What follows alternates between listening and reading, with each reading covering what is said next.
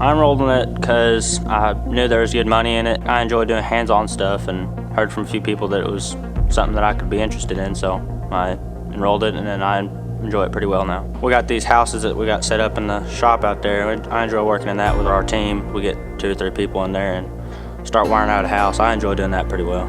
You get in there and you hang up boxes, run your wire out outlets, lights, switches, stuff like that. It's really booming right now with job opportunities and things to do outside of it once you graduate from here. And I personally plan on continuing on as a high lineman. You could be a lineman, you could continue on as a commercial electrician, having your own business with your name on the side of the truck and having people under you. You could go work for somebody for a little bit. You could continue on in residential, working for big companies, wiring out their places. Anything that has electricity, you can go on and branch out to it. There's a lot of different branches from this class going afterwards.